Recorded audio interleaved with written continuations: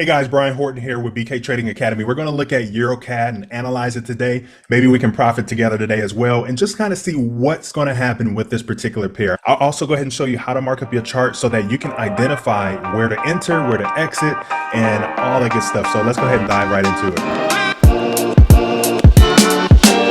All right, guys, so you notice that I start myself out on the weekly. The reason why is because I want to see where am I at, or where's price currently at in the grand scheme of things. This gives me a directional bias. It kind of gives me a comfort zone as to if I need to buy or if I need to sell. So for example, if I'm all the way at the bottom and price is really cheap, my bias is automatically a buy for the long term because I'm on the weekly. Same here, if price is all the way at the top, my bias or my directional bias will be to short. So I'll give you a good idea what I mean here. So what I like to do is to mark up my charts here. So I'm going to kind of give me a level here. This is going to be my resistance zone here. This is the last peak here, or the highest peak that I can actually see on the weekly chart. And then I'll go ahead and give me a support level here as well. And once I mark these levels, now it kind of gives me a good perspective as to where I'm at. Price is here, so I'm somewhere in between the middle. It's not a good indication if I need to buy or sell yet. So that's why I'm going to start dropping into a lower time frame to figure that out. So once I determine my major levels, so this is my major levels, I'm going to drill down and look for some minor levels as well. And before I drill down, with my naked eye, I can see here that this is also a strong level here. And you can easily identify that by just looking at these zones here, these wicks. And we know that wicks tells us a story that this price is highly important because every time price came here, it pushed to the upside. So this is going to be our minor support zone here. And I'll just mark this out here. So recently price tested this area and shot to the upside. This is our major support zone here. And then this is our major resistance level here as well. So now that I have that out the way, let's go ahead and drill down to the daily and let's determine what we're going to do here. So now that we see that this is our minor support level here, previous support level here, now current resistance level. Another thing we will also want to do is mark up our chart to see what direction we're in. Are we in an uptrend or downtrend? So we can also even see that on the weekly as well. So if I go back out on the weekly, we can see that we are currently in an uptrend. We have our higher highs and higher lows series, right? So as I drill back down to the daily, now I have a directional bias as to what may happen, what I may do. I may consider buying the pullbacks. So once I see a pullback to structure, it lets me know that, hey, there may be a possibility to buy. So price is currently resting now on the support zone here. We see on the daily that there is a pretty strong bearish candle here with a wick, letting us know that the bears are currently in control. So it would be a bad idea to actually buy on the daily at this particular point. Now, one thing you want to determine is how long you want to be in this trade. If you're an intraday trader, you want to continue to drill down until you find a good place to enter. If you are a swing trader, then you can probably even buy now and hold it for days or weeks to come, since your bias is an uptrend. Or even if you're a position trader, you can do the same thing. Enter now at a low lot size. If price continue to pull back into this zone, respecting our uptrend, that will also give you a good indication to buy. You can put in multiple positions, increasing your lot size as it gets closer to your trend line.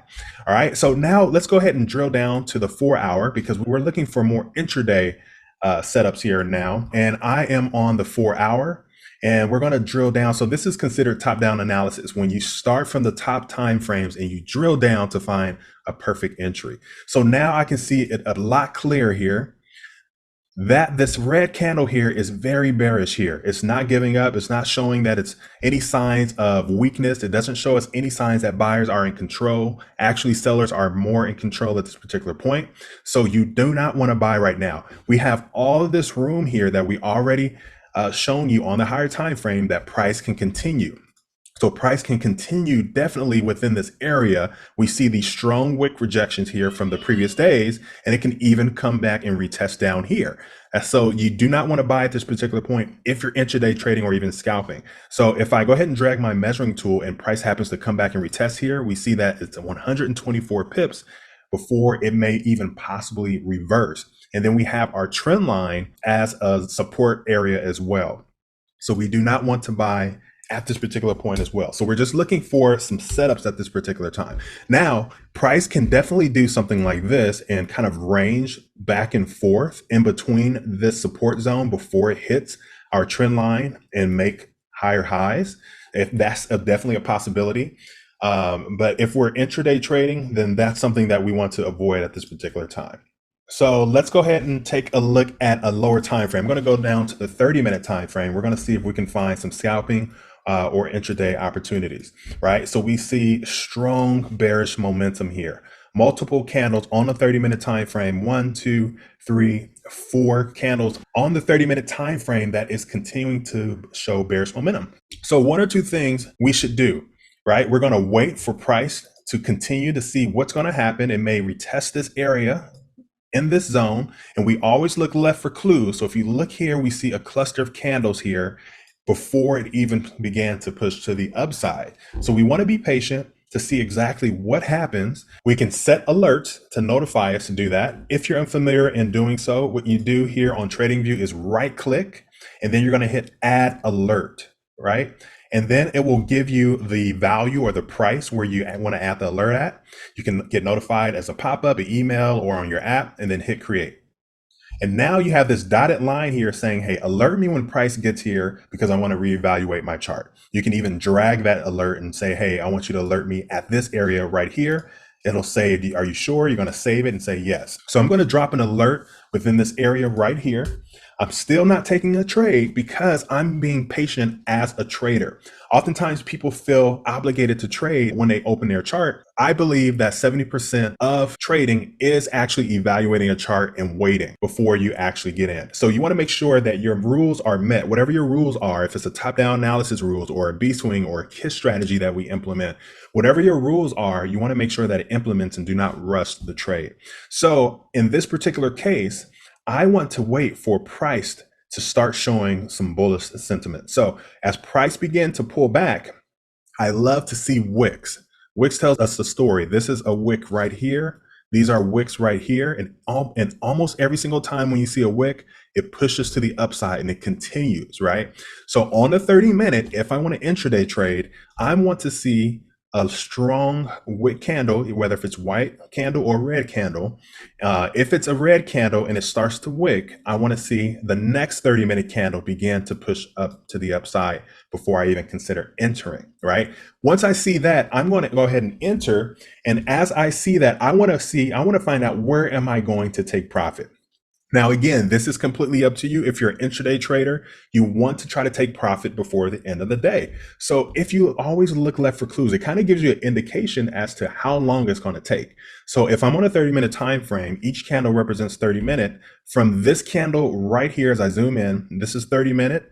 This is 1 hour, 1:30, 2 hours right here, right? So if I feel that price is going to do the exact same thing, and let's say I want to take profit around this area, I'm going to look left for clues to kind of get a good idea of how long it may take. So if price begin to reverse, it may take about 2 hours to come back to this area as well.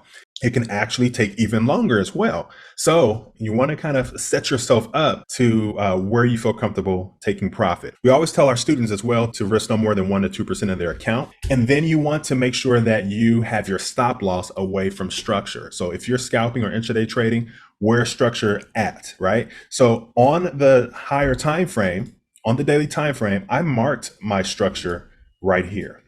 This is my support zone right here. I want to make sure that my stop loss is below my structure anywhere right here. Okay. So if price comes down below this red rectangle that I drew, or even below our trend line, that will be my stop loss on the daily. That's more of a swing trading. If you're intraday trading, you want to make sure that you have your stop loss away from your minor structure. So remember, we have our major structures on the higher time frame and our minor structures on the lower time frame. So here's our minor structure right here. So I'm going to draw this resistance zone or this support zone right here. And the reason why is because of these candles. So let me go ahead and show you exactly what I mean. Let's go ahead and clean up our chart and look at these wicks right here. Remember, wicks tells us a story. Okay, so these wicks here, I'm looking left for clues. I can bring this over a bit more, pull it down. And look at these wicks right here. Multiple wicks right here telling us that price rejected. Now we have a strong bullish candle here. That was when price broke through, but every single time price had came down, look at this here. So price isn't in this area. It actually shot below these wicks here. So this tells me that the next structure or the next support zone is this area here. So I may be looking to buy within this zone right here, depending on what happened. I want to see a wick. That's just my preference. Or I want to see a bearish candle begin to push to the upside before I even take my first entry.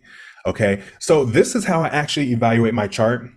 I wouldn't get in at this particular time. I would wait to get in around 1.53980 before I even consider buying. And once I get that alert, so let's go ahead and do this here. I'm going to pull this alert here, and I'm going to drag it right here. And let's say to 1.53980. So that's going to be my support zone where I will reevaluate my chart. If price gets there and I see a strong rejection and then maybe even a bullish candle, very strong bullish candle, I will get in at a pretty low lot size. And then I would give me some rooms, because if price begins to pull back, I will re-enter with another low lot size. And that's how you can continue to re-enter at a strong area of support right there. And then you can get in, let's say it gets here, and you can easily get from there at least 35 to 40 pips from there. And I would say that would take no more than an hour and a half to do that, maybe even faster. So guys, that's my analysis for the Euro AUD. You want to be patient. If you haven't gotten anything from this, I want you guys to be patient and wait for price to come to you. Make sure you always trade your plan and never outside of it. Always risk no more than 1 to 2%. That's what we tell our students. Just a suggestion for you guys.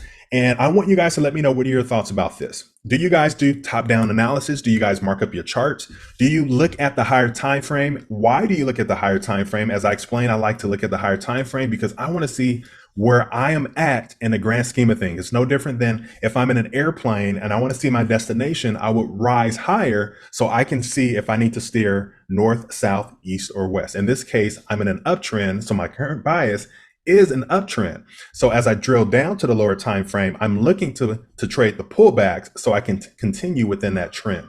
So that way the odds are for me. Guys, let me know in the comments, what do you think? If you haven't subscribed already, be sure to do that. If you haven't joined our academy and you're still looking to get your handheld, now's the time, because our price will be changing on this Saturday back to the normal price. So it's currently still on sale until this Saturday. In the meantime, be sure to check out our Telegram. It's completely free. You can go ahead and sign up. We love to give motivation. We give trade ideas and encouragement. Other than that, guys, we will see you in the next video. You have a blessed day.